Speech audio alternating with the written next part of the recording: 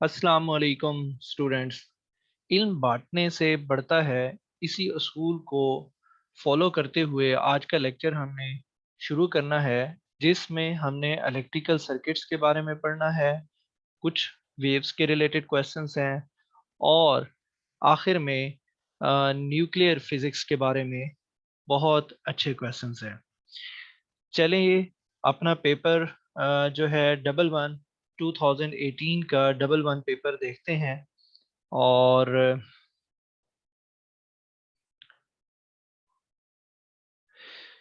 my first question 27 is on your screen. The voltage across a resistor of fixed resistance change नहीं हो रही, fix है। ठीक है, it's mean it's a ohmic device. अगर fix resistance change होगी तो वो नॉन ओमिक डिवाइस होता है। तो this is the ohmic device which will obey the Ohm's law. ठीक है, तो which graph shows how the current in the resistor change with voltage।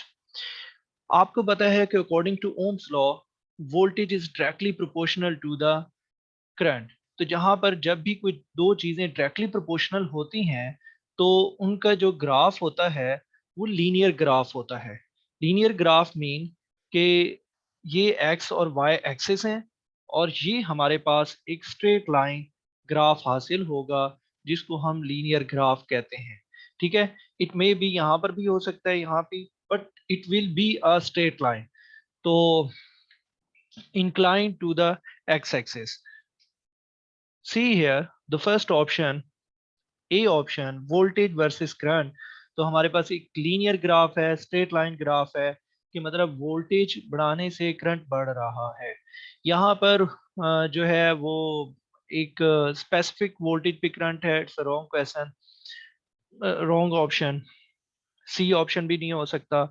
Constant current जा रहा है, वोल्टेज बढ़ाने से करंट कांस्टेंट कभी नहीं होता। वोल्टेज बढ़ाने से करंट कभी भी कम नहीं होता। ठीक है, तो ओमिक डिवाइस में ये स्टेट, तो ओम्स लॉ क्या है, V is equal to I R. साथ साथ हम जो है मैं आपके सामने ब्लैक बोर्ड भी यूज करते हैं। तो ओम्स लॉ जो है वो हमारे पास है,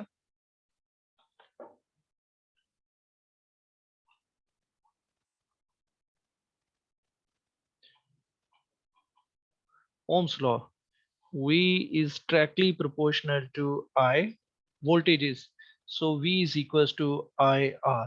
यहाँ पर जो R है that is resistance and it is constant here।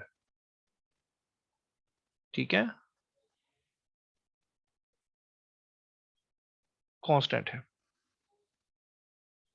ठीक है, now going to the next 28। 28, a wire of length 0.5 meter long and a cross-sectional area 1 into 10 raised power minus 6 meter square has a resistance। तीनों बातें दे दी हैं। Another wire of same material mean उसकी जो है resistivity जो है वो same होगी, दोनों वायर्स की रेजिस्टिविटी सेम होगी। ठीक है, हैज अ लेंथ 2 मीटर। अब लेंथ ज्यादा है, क्रॉस सेक्शनल एरिया कम कर दिया है, तो रेजिस्टेंस ऑटोमेटिकली कम होगी। लेंथ बढ़ाने से रेजिस्टेंस बढ़ती है, एरिया कम करने से रेजिस्टेंस बढ़ती है। Resistance is directly proportional to the length and inversely proportional to the area। Now going to the blackboard और इसको सॉल्व करके देखते हैं कि ये क्या क्वेश्चन है हमारे पास। V is equals to, हम बात कर रहे हैं V is equals to IR last time, और 28 क्वेश्चन में हमारे पास है जी R is equals to resistivity rho L over A। अगर हम इसको 1 कह दें, इसको भी 1 कह दें, इसको 2, सॉरी, एरिया भी 1 के लिए। इसी तरह R2 हमारे पास किसके इक्वल होगा, रो L2 ओवर A2। यहाँ पर आप ये चीज देख रहे हैं कि रेजिस्टेंस लेंथ के डायरेक्टली प्रोपोर्शनल होगी। जितनी लेंथ ऑफ द वायर ज्यादा होगी रेजिस्टेंस भी ज्यादा होगी, ठीक है। और एरिया ज्यादा होगा। इसकी मैं एग्जांपल आपको देता हूँ कि अगर आप एक कॉरिडोर में से पास कर रहे हैं, तो कॉरिडोर की जितनी ज्यादा लेंथ बड़ी होगी, क्यों बढ़ाते जाएंगे तो रुकावट बढ़ती जाएगी। लेकिन अगर कॉरिडोर का आप एरिया बढ़ा दें, फर्स्ट जो है क्रॉस सेक्शनल एरिया जिसको हम इंटरेस्ट कहते हैं, इंटरेस्ट गेट बड़ा हो तो एक ही दम सारे स्टूडेंट जो है वो जो है स्कूल या कॉलेज के अंदर दाखिल हो सकते हैं। लेकिन अगर आप उनका उसका एरिया कम कर दें और लेंथ बढ़ा दें, कॉरिडोर बढ़ा दें, तो क्लास तक जाते जाते जो है वो एक लंबी सी क्यू बन जाएगी और रुकावट पड़ जाएगी, ठीक है। तो यहाँ पर resistance is directly proportional to the length आ रही है और एरिया के इन्वर्सली प्रोपोर्शनल है। लेकिन यहाँ से हमें क्या चाहिए, R1, ये यहाँ पर मल्टीप्लाई होगा और लेंथ यहाँ पर डिवाइड हो जाएगी। A1 over L1 is equal to rho. यहाँ पर भी क्या होगा, R2 के साथ क्या चीज मल्टीप्लाई होगी, A2 मल्टीप्लाई हो जाएगा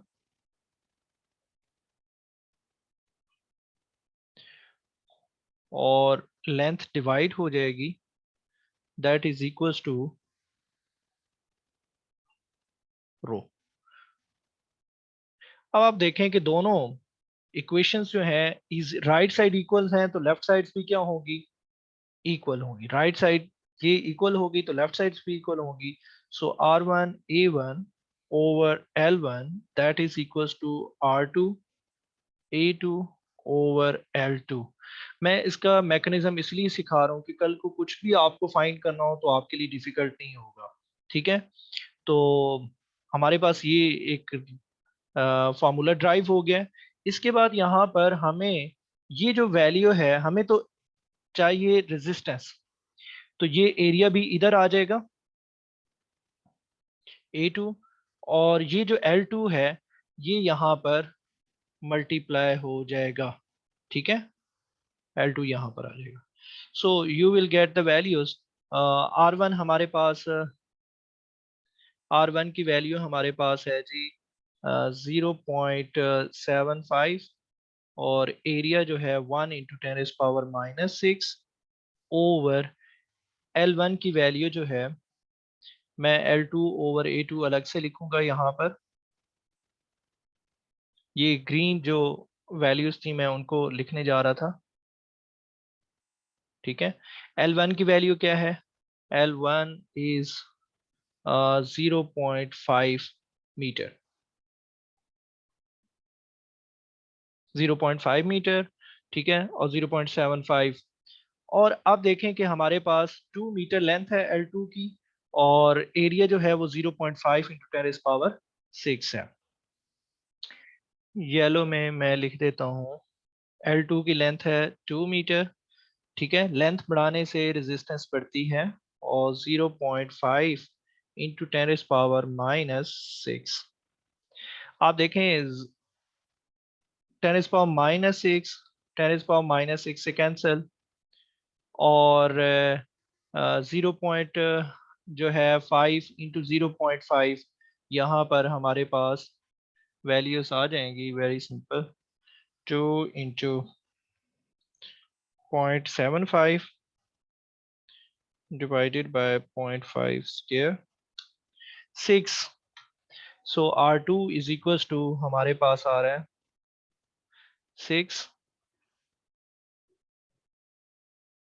6 ओम्स।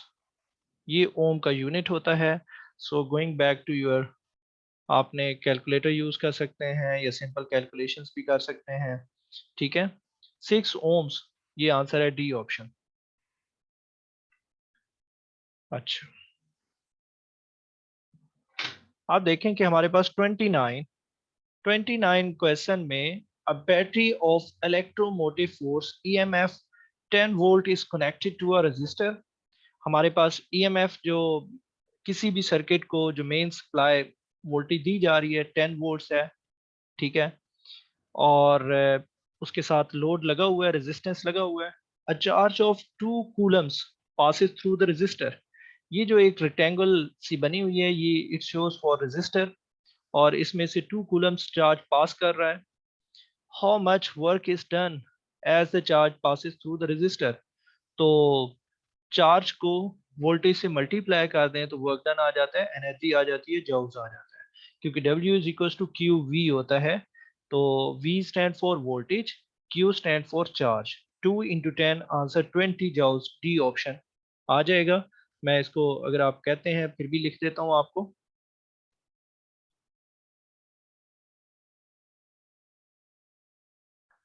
सॉरी, अगर आपको, आप देखें जी क्वेश्चन में भी आई थिंक सो मेरे आपकी स्क्रीन में नहीं आया. 29 क्वेश्चंस को मैं डिस्कस कर रहा हूँ कि वोल्टेज जो है वो 10 वोल्ट्स है, कनेक्टेड टू अ रजिस्टर, ये रेक्टेंगुलर रजिस्टर है, और a charge of 2 coulombs passes through the register. दो 2 coulombs का चार्ज जो है वो इस रजिस्टर से फ्लो करता है. How much work is done as the charge pass through the resistor. तो कितना कितना वर्क डन करना पड़ा एक चार्ज को एक पॉइंट से दूसरे पॉइंट तक मूव कराने के लिए. तो W is equal to charge को मल्टीप्लाई कर दें वोल्टेज से, तो work done, you will get the work done. इसको अब हम ब्लैक बोर्ड पे करेंगे.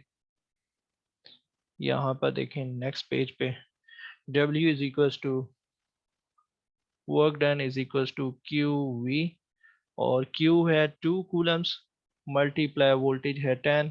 तो कूलम इंटू वोल्टेज जो होता है वो जूल्स की इक्वल होता है 20 जूल्स. एनर्जी हमेशा जो है वो जूल्स में फाइंड की जाती है. ठीक है, तो D option is the correct answer. Now जी, ये डी ऑप्शन है 20 जूल्स. 30 जो है द आइडेंटिकल रेजिस्टर. वर्ड देख लीजिए जी, उनकी रेजिस्टेंस बिल्कुल सेम है, उनकी property coefficient of the resistance मतलब रेजिस्टिविटी भी सेम होगी, are joint in series to each other. Series का मतलब होता है end to end, same current will pass through it. उनका जो करंट का रास्ता होगा वो एक ही होगा. ये सीरीज सर्किट होता है. ठीक है, और ये सर्किट बना हुआ है, ये आ, यहाँ पर एक रेजिस्टर है, एक R2 R3. R1 के क्रॉस P जो है वोल्टेज है, और R2 और R3 की क्रॉस Q वोल्टेज है थ्रू वोल्ट मीटर. ठीक है, वोल्ट मीटर को हमेशा पैरेलल लगाया जाता है वोल्टेज मेजर करने के लिए. The volt meter Q reads 8 volt. What is the reading on the P, and what is the EMF of the cell. तो सिंपल सी बात है, मैं अगर आपको एक सर्किट बना के समझा दूं तो इट्स अ इजी वन. यहाँ पर हमने एक लेट सपोज बैटरी लगाई है, और बैटरी के साथ यहाँ पर उन्होंने एक रेजिस्टर लगाया. एक रेजिस्टर यहाँ हो गया, थोड़ा सा आगे जाके दो रेजिस्टर फिर सीरीज में लगे हैं. एक ये रेजिस्टर, एक ये रेजिस्टर, और ये सर्किट कंप्लीट हो गया. तो जो येलो रेजिस्टर्स हैं उनके अक्रॉस जो वोल्टेज वोल्ट मीटर है वो ये, दैट इज क्यू. और ये कितना वोल्ट मेजर कर रहा है, 8 वोल्ट्स, ये वोल्ट मीटर. और यहाँ पे जो रेजिस्टेंस आ रही है वाइट के क्रॉस, जो कि P के नाम से वोल्ट मीटर है, और यहाँ पर जो वोल्टेज आ रही है, सॉरी इसको वोल्ट मीटर को V से ही रिप्रेजेंट करेंगे, P पॉइंट है. यहाँ पे वोल्टेज कितनी होनी चाहिए और यहाँ पे EMF कितनी होनी चाहिए, ये 2 ऑप्शंस हैं. लेट्स सपोज ये 8 है, तो इन दोनों का सम जो है, क्योंकि दोनों वोल्ट मीटर तो रेजिस्टेंस जो है ना, इन दोनों की रेजिस्टेंस कितनी, सॉरी वोल्टेज इन दोनों को मिल रही है 8. तो यहाँ पे वो आंसर होना चाहिए कि जो इन दोनों का 8 plus Q plus P is equal to E. Voltage at P, voltage at Q. ठीक है, इन दोनों को सम, Q पर है 8, तो वहां पर जो भी रखेंगे उसका sum 8 plus this is equal to this होना चाहिए. तो हमने यहाँ पर प्लस करना है, तो ये आंसर आना चाहिए. 8 में क्या प्लस करें कि जो है वो हमारे पास टोटल वोल्टेज आ जाए. तो इसको बुक से हम जाके देखते हैं कि कौन कौन सी ऑप्शन है। फर्स्ट ऑप्शन है पी पर वोल्टेज है 4 और टोटल आंसर है 8। तो 8 तो पहले 8 प्लस 4 12 आना चाहिए। Yes, B option is the correct one. देखें जी, यहाँ पर 8 में 4 ऐड करें पी वाली वोल्टेज, तो आंसर क्या है, टोटल वोल्टेज का कितना आ रहा है 12। तो this is the correct option, B option. 31 part है और इसमें हम 31 पार्ट में the power of the electrical heater is 3 kilowatt power. The heater is switched on for a time of 2 hours and 30 minutes. The cost of using heater for this time is 120 cents. What is the cost of 1 kilowatt hour of electrical energy? तो 3 kilowatt hour की जो energy है, नहीं 3 kilowatt hour और 3 kilowatt power है, और कितने घंटे चलता है हीटर, 2.5 आवर। ठीक है, 2.5 आवर के लिए चलता है, और उसकी जो है हमारे पास इलेक्ट्रिसिटी है वो 120 सेंट्स है। तो 1 के लिए कितना आ जाएगा, तो इसको मेजर कर लेते हैं हम ब्लैक बोर्ड पे। हमारे पास है जी कॉस्ट जो है दैट इज 120 और पावर इनटू टाइम। पावर है जी 3 किलोवाट, ठीक है, और टाइम है जी 2.5 आवर। तो अब ये इसका यूनिट है किलोवाट। मुझे यहाँ पर स्पेस चाहिए। 3 किलोवाट और इसका यूनिट है आर, दैट इज 120 सेंट। अब मेरे पास 3 मल्टीप्लाई 2.5 आंसर आ जाएगा। 3 के साथ 0.3 multiply 7.5। Yes, 7.5 kilowatt are, that is equal to 120 cents. वो कहते हैं कि यहाँ पर अगर ये तो है 7 किलोवाट आवर की कॉस्ट ये है, अगर यहाँ पर 1 हो तो 7.5 उधर डिवाइड हो जाएगा। सो 1 kilowatt hour 120 over 7.5 cents and you will get 7.5 को आप डिवाइड कर दें, पॉइंट खत्म करेंगे तो जीरो ऊपर शिफ्ट हो जाएगा इस पॉइंट को खत्म करने से, और डिवाइड कर सकते हैं 1200 डिवाइडेड बाय 75।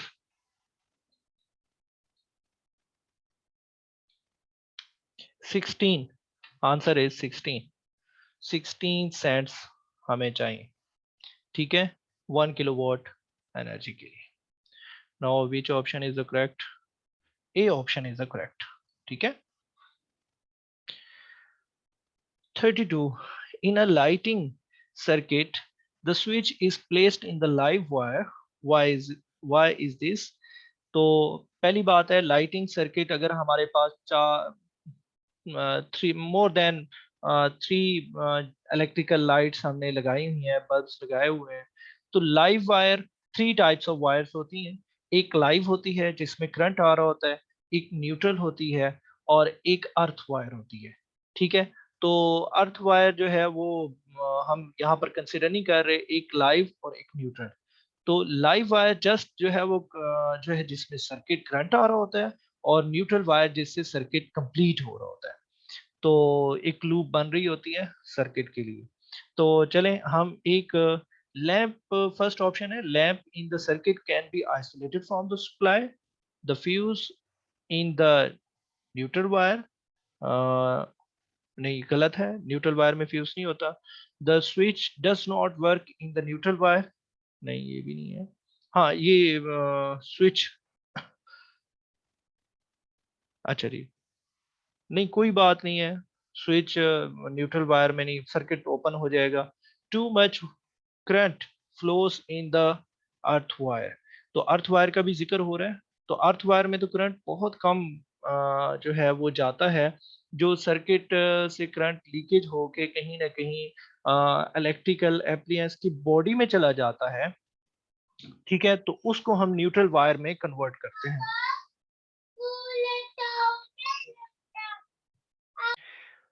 ओके स्टूडेंट्स, हम यहाँ पर एक सर्किट के बारे में बात कर रहे थे। Too much current flows in the earth wire, तो अर्थ वायर में इतना ज़्यादा करंट फ्लो नहीं करता। अर्थ वायर में तो बहुत लीकेज ऑफ करंट होता है, वेरी स्मॉल करंट होता है। नाउ कम हियर, सर्किट में यहाँ पे जो करेक्ट ऑप्शन है, लेट्स सपोज आपके पास डिफरेंट, ये एक लेट्स सपोज स्विच है, बोर्ड है, और इस बोर्ड में यहाँ से 3 वायर्स जाएंगी। एक वायर स्विच जो हम लगाते हैं, एक हमने न्यूट्रल वायर, रेड वायर को हम कह रहे हैं लाइव वायर, और एक अर्थ वायर होती है जिसका ग्रीन कलर होता है या येलो कलर होता है। तो रेड या ऑरेंज जो होती है ये लाइव वायर होती है, ठीक है। और ये हमारे पास, ठीक है, इस तरीके से। अब देखें यहाँ पर लेट्स सपोज यहाँ पर हम बल्ब लगा देते हैं। एक बल्ब यहाँ लगा दिए, एक बल्ब हमने यहाँ लगा दिए, और एक बल्ब हमने यहाँ लगा दिए। और आप देखें कि आपके पास ये बल्ब लाइट अप हो गए हैं, ठीक है। और अब यहाँ पर जो है जस्ट जो है वो हम बात कर रहे हैं कि अगर स्विच यहाँ रख दिया जाए, स्विच यहाँ रख दिया जाए लाइव वायर में, ठीक है। तो स्विच लाइव वायर में क्यों रखा जाता है, उसकी रीजन मैं बता रहा हूँ कि अगर यहाँ से लेट्स सपोज यहाँ पे 3 स्विच लगा देते हैं, एक यहाँ पे एक यहाँ पे, अगर मैं इसको ऑफ करता हूं तो सिर्फ यही बल्ब ऑफ होगा अगर ये हम ऑफ करेंगे। अगर हम इसको ऑफ करेंगे तो हमारे पास ये 2 बल्ब ऑफ हो जाएंगे, ठीक है। हम और भी इस सर्किट को बेटर बना सकते हैं। इट डज नॉट मीन कि मैं यहाँ से एक लिंक वायर ले लेता हूँ लाइव वायर से, उसके दरमियान में लगा देता हूँ, ठीक है। लेट्स सी कि मैं यहाँ से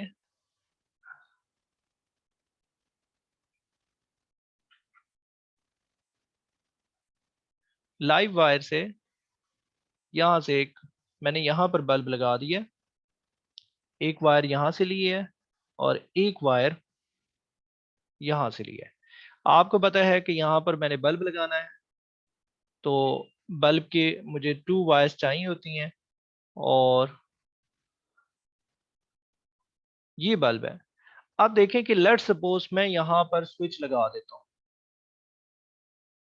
तो जैसे ही मैं बटन ऑफ करूंगा तो ये बल्ब जो है ऑफ करने पर ये बल्ब स्विच ऑफ हो जाएगा, ठीक है। दैट इज अ स्विच, इसकी बात हो रही है।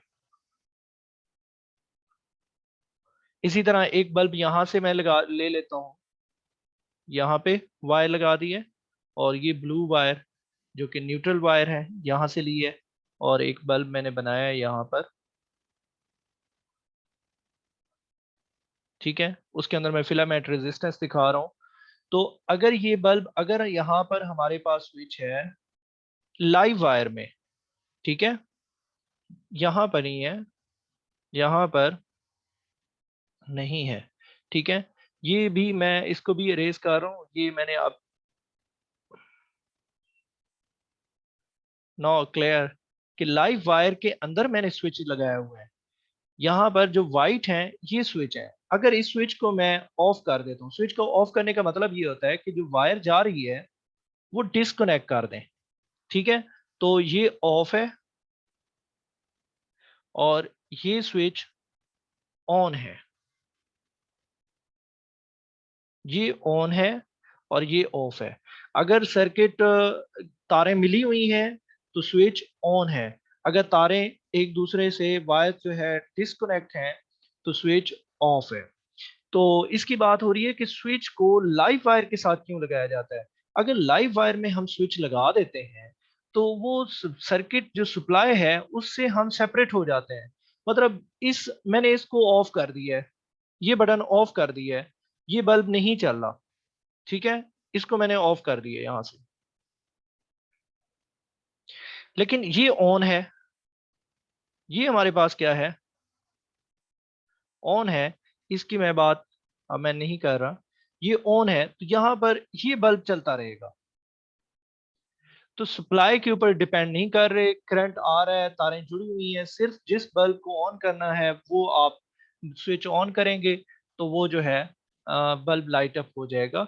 आपको हर दफा बार बार सप्लाई की तरफ नहीं जाना पड़ेगा, that is the main advantage.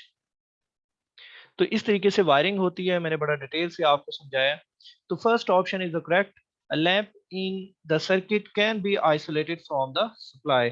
अगर हम लाइव वायर में स्विच को रख देते हैं तो हम उसको सप्लाई से इंडिपेंडेंट कर देते हैं। सप्लाई ऑन है तो जिस बल्ब को ऑन करना है वही स्विच ऑन करें। जैसे सारे रूम में इलेक्ट्रिसिटी वायर में करंट आ रहा होता है, तो जिस बल्ब को हमने ऑन करना होता है वही बटन, या जिस फैन को ऑन करना होता है वही बटन हम ऑन करते हैं। Now come back. The next related to magnetism. A wire, electromagnetism. A wire is placed in the magnetic field between the poles of the magnet. एक मैग्नेट के टू पोल्स होते हैं, north pole and the south pole. एक wire उन दोनों poles के दरमियान रख दी गई है।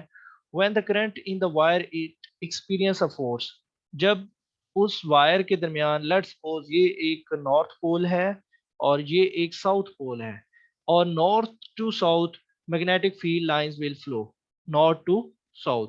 यहाँ पर एक इन दोनों के दरमियान मैग्नेटिक फील्ड लाइंस की ये डायरेक्शन है, जैसे मैंने पेंसिल पकड़ी हुई है आपको नजर आ रही है। अगर यहाँ पर मैं एक वायर प्लेस करता हूँ दोनों के दरमियान, ऐसे करके चलें, ठीक है, तो आप देखते हैं कि यहाँ पर अगर मैं कोई भी वायर यहाँ पे रख देता हूँ तो इन दो पोल्स के, नॉर्थ और साउथ पोल के दरमियान, उसमें से करंट पास करता हूँ तो उसके ऊपर फोर्स लगेगी उस वायर के ऊपर। तो वो कह रहे हैं कि force which change increase the size of the force. तो फोर्स कब इंक्रीज होगी, फोर्स तीन चीजों पे डिपेंड करती है। मैग्नेटिक फील्ड पर, first of all magnetic field पर इलेक्ट्रिक करंट ज्यादा होगा, फोर्स ज्यादा होगी। मैग्नेटिक फील्ड ज्यादा होगी, फोर्स ज्यादा होगी। Current, magnetic field plus length of the wire, तीन चीजें, लेंथ ऑफ द वायर भी, और फोर्स जो है वो एंगल, किस एंगल पे आपने रखा है। तो इन चार बातों में से देखते हैं कि कौन सा ऑप्शन यहाँ मौजूद है। Reverse both the direction of the current and the poles of the magnet, नहीं, reverse just the direction of the current. Current की डायरेक्शन को रिवर्स करने से फोर्स इंक्रीज होने का कॉन्सेप्ट नहीं है। हाँ यस, फोर्स की डायरेक्शन चेंज होगी। करंट, आपने फ्लेमिंग्स लेफ्ट हैंड रूल पढ़ते हैं, तो फ्लेमिंग्स लेफ्ट हैंड रूल का मतलब है, let's suppose magnetic field, current जो है इस फिंगर के अकॉर्डिंग फ्लो कर रहा है, आपको ऐसे सही नजर आएगा, ये करंट जा रहा है, मैग्नेटिक फील्ड लाइंस अपवर्ड है, तो फोर्स मेरी तरफ है। देखें थंब, ये देखो थंब मेरी तरफ आ रहा है, तो इट्स अ जो है राइट, इसको हम क्या कहेंगे, थ्री डायमेंशनल है और right angle to each other, all fingers are at right angle to each other, ठीक है। तो जो थंब है वो फोर्स के लिए होता है, जो इंडेक्स फिंगर होती है वो हम जो है मैग्नेटिक फील्ड के लिए यूज करते हैं, और करंट जो है वो जो मिडिल फिंगर है वो करंट के लिए यूज करते हैं, ठीक है। इसको हम एफ बी आई कहते हैं, F B I, force, magnetic field और electric current. F B I Federal Bureau Investigation एक इंस्टीट्यूट का नाम भी है, वहां से भी आप याद रख लेंगे। तो एफ बी आई, तो लेट सपोज कि हमारे पास जो है एंगल, चार चीजें मैंने आपको बताई थी, magnetic field, electric current, length of the wire और डायरेक्शन, मतलब एंगल, ठीक है। तो इन चीजों को बढ़ाने से करंट बढ़ेगा। यूज द, पहले है रिवर्स द डायरेक्शन, तो डायरेक्शन रिवर्स करने से कोई बात नहीं, एंगल पे डिपेंड करता है। यूज द, मैंने इसी बात को आपको समझा रहा था कि अगर करंट इधर जा रहा है वायर, ठीक है, तो फोर्स मेरी तरफ है। अगर करंट जो है इधर की बजाय उस डायरेक्शन में है तो फोर्स आपकी तरफ लगेगी, ठीक है। तो दो चीजें हैं, अगर करंट आपकी तरफ आ रहा है तो फोर्स राइट साइड पे, अगर करंट मेरी तरफ आ रहा है तो फोर्स लेफ्ट साइड पे लग रही है, that is the difference. Magnetic field upward है तो करंट की डायरेक्शन चेंज करने से फोर्स इंक्रीज नहीं होगी, फोर्स की डायरेक्शन चेंज होगी। ठीक है। C option, use a stronger magnet. Yes, magnet stronger होगा, मैग्नेटिक फील्ड स्ट्रॉन्गर होगी, और मैग्नेटिक फील्ड स्ट्रॉन्गर होने की वजह से फोर्स ज्यादा लगेगी। Use a thicker wire with the same current. No, इससे भी कोई फर्क नहीं पड़ेगा, C is the correct option. अच्छा जी, 34 पे आते हैं। A 12 volt lamp glows a normal brightness when connected to a secondary coil of the main transformer. The main voltage is 240। ये मेन वोल्टेज का मतलब है प्राइमरी वोल्टेज, ठीक है, वोल्टेज एट प्राइमरी कॉइल, ठीक है। और जो आउटपुट होती है वो, यानी कि जिससे बल्ब वगैरह या सिटी को लाइट अप करना होता है, वो सेकेंडरी वोल्टेज होती है। तो सेकेंडरी, उन्होंने कहा जी when connected to secondary coil the may of a main transformer, ठीक है, द मेन वोल्टेज इज 240। तो सेकेंडरी वोल्टेज 12 है, और मेन वोल्टेज जो है, प्राइमरी वोल्टेज जो है वो 240 है। स्टेप डाउन ट्रांसफार्मर की बात हो रही है। 100% efficiency, the primary coils are number of turns are 2200 turns, how many turns on the secondary coil. तो ट्रांसफार्मर के लिए एक प्राइमरी वोल्टेज होती है, और जो है सेकेंडरी वोल्टेज होती है। प्राइमरी वोल्टेज पर नंबर ऑफ टर्न्स को प्राइमरी नंबर ऑफ टर्न्स कहते हैं, number of turns at the primary coil and number of turns at the secondary coil, ठीक है। तो हम इसके ऊपर जो है फार्मूला लगा देंगे। Let's see here.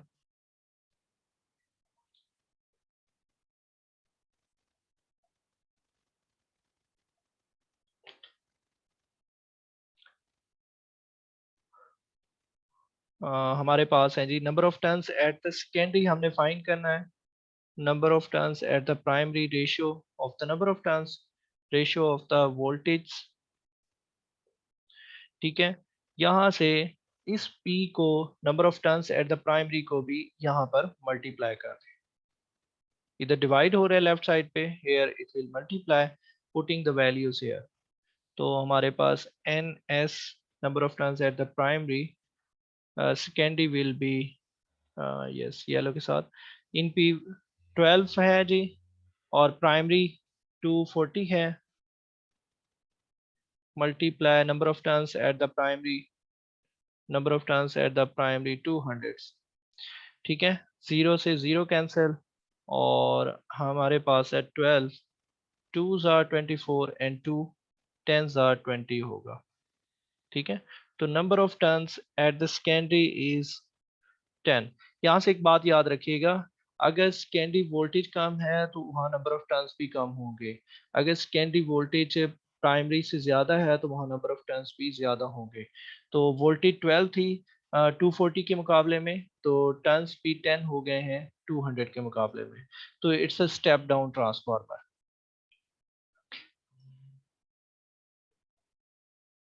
10, 35 देखें जी। विच रो shows how the electrical energy produced by a power station transmitted to a distance। तो मैं शॉर्टली आंसर दे देता हूँ जी।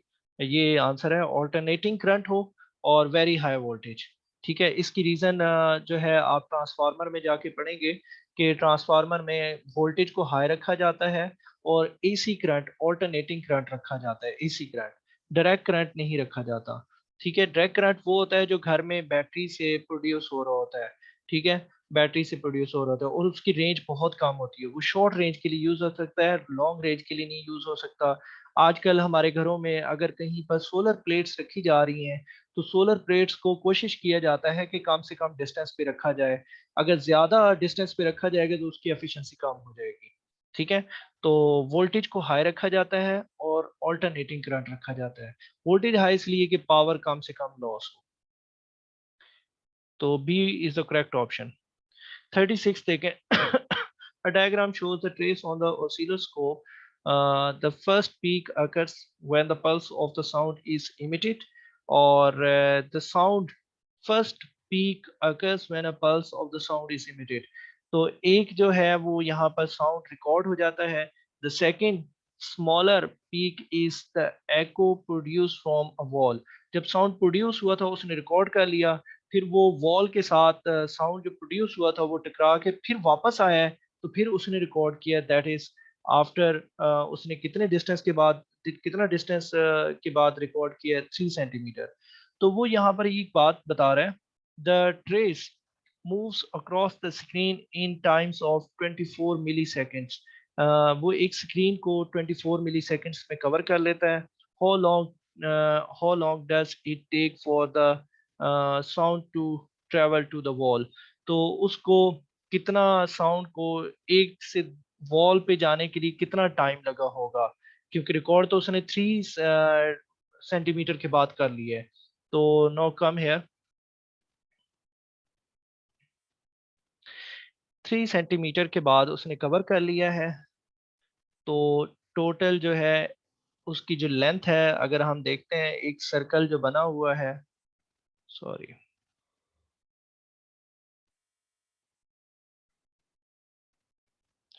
ठीक है जी।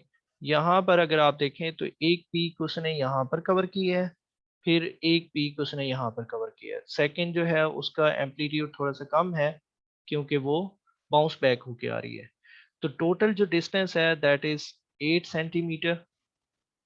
इन दोनों के जो दरमियान में डिस्टेंस आया है दैट इज 3 सेंटीमीटर। तो टोटल कवर करने के उसको कितना टाइम लगता है, 24 मिली सेकेंड्स, जो कि 8 मीटर की स्क्रीन है। तो 3 मीटर के लिए कितना टाइम लगेगा, तो 3/8 इंटू 24। तो आंसर कितना आ रहा है जी, 3 8 how much times 24, 8 3 jar 3 3 jar 9। यहाँ पर 9 के साथ हमारे पास आ जाएगा मिली सेकेंड्स। मिली सेकेंड्स, ठीक है। तो ये हमारे पास यूनिट आएगी मिली सेकेंड्स, इतना टाइम उसको लगेगा। लेकिन आप देखें कि वॉल है, फॉर एग्जांपल ये वॉल है, तो साउंड जो है वो एक दफा जाएगा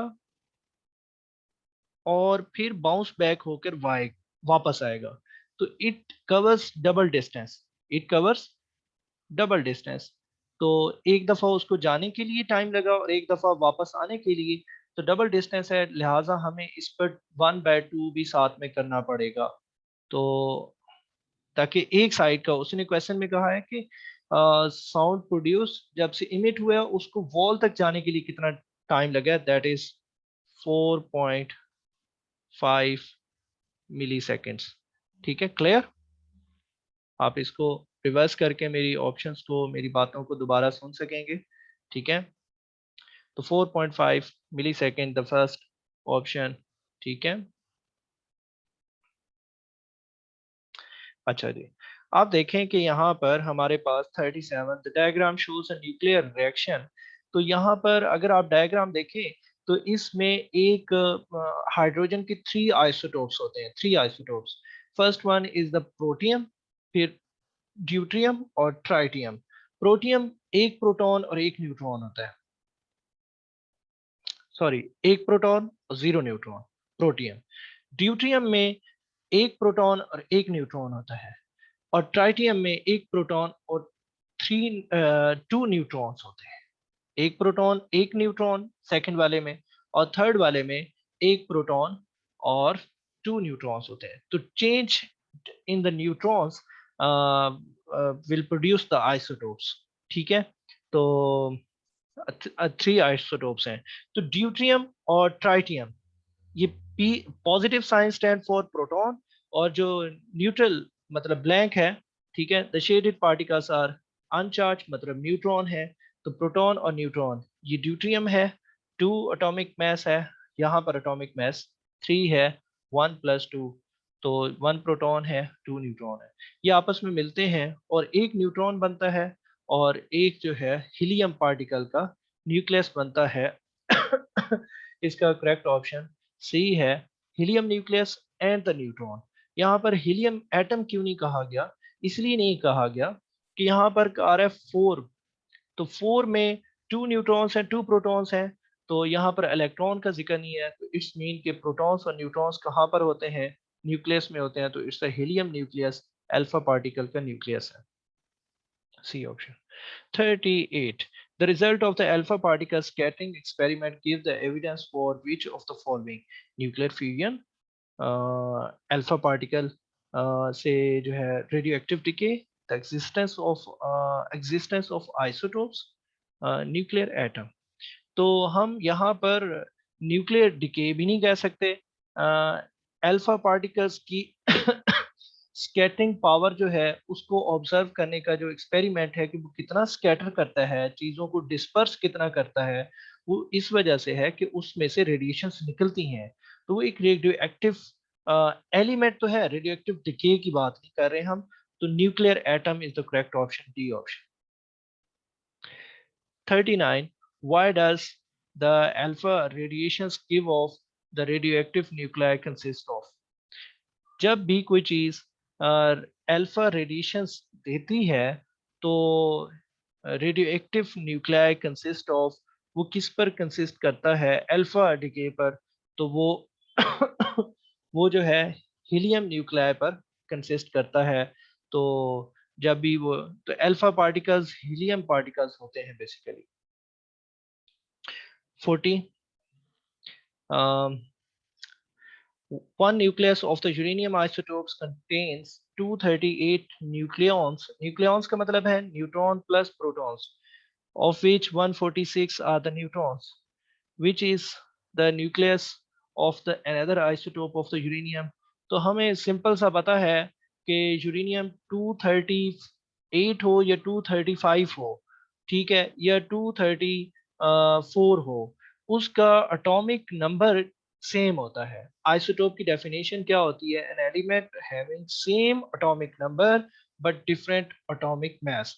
तो जितने भी आइसोटोप्स हैं सबका एटॉमिक नंबर जो है वो 92 है। इसलिए जितने भी आइसोटोप्स होते हैं वो प्रोडिक टेबल में एक ही बॉक्स के अंदर होते हैं। ठीक है, हाइड्रोजन का एटॉमिक नंबर जो है वो 1 है, चाहे वो प्रोटियम है, चाहे ड्यूटियम है, चाहे ट्राइटियम है, एटॉमिक नंबर 1 है। एटॉमिक मास 1 2 3 डिफरेंट हो रहे हैं, सॉरी। तो वो कहा पूछ रहा है कि अगर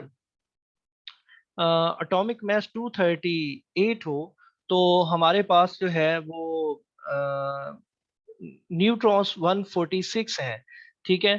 तो कहते हैं which is the nucleus of another, nucleus मतलब उसके न्यूट्रॉन प्लस प्रोटॉन्स आइसोटोप, इनमें से कौन सा आइसोटोप दूसरा होगा according to these number of neutrons. तो चलें मैं आपको एक मैथमेटिकली इसको सॉल्व करने का तरीका बताता हूँ कि आपने इसको कैसे वेरीफाई करना है।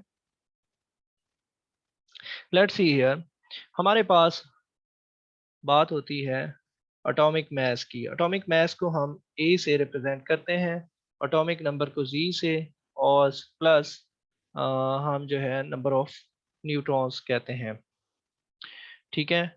अब हमारे पास एटॉमिक मास है 238 और प्लस एटॉमिक नंबर हमें नहीं पता, चले मैं 92 मुझे पता है लेकिन मैं आपको नहीं बता रहा, और नंबर ऑफ न्यूट्रॉन्स उसने कहा है क्वेश्चन में 146 है,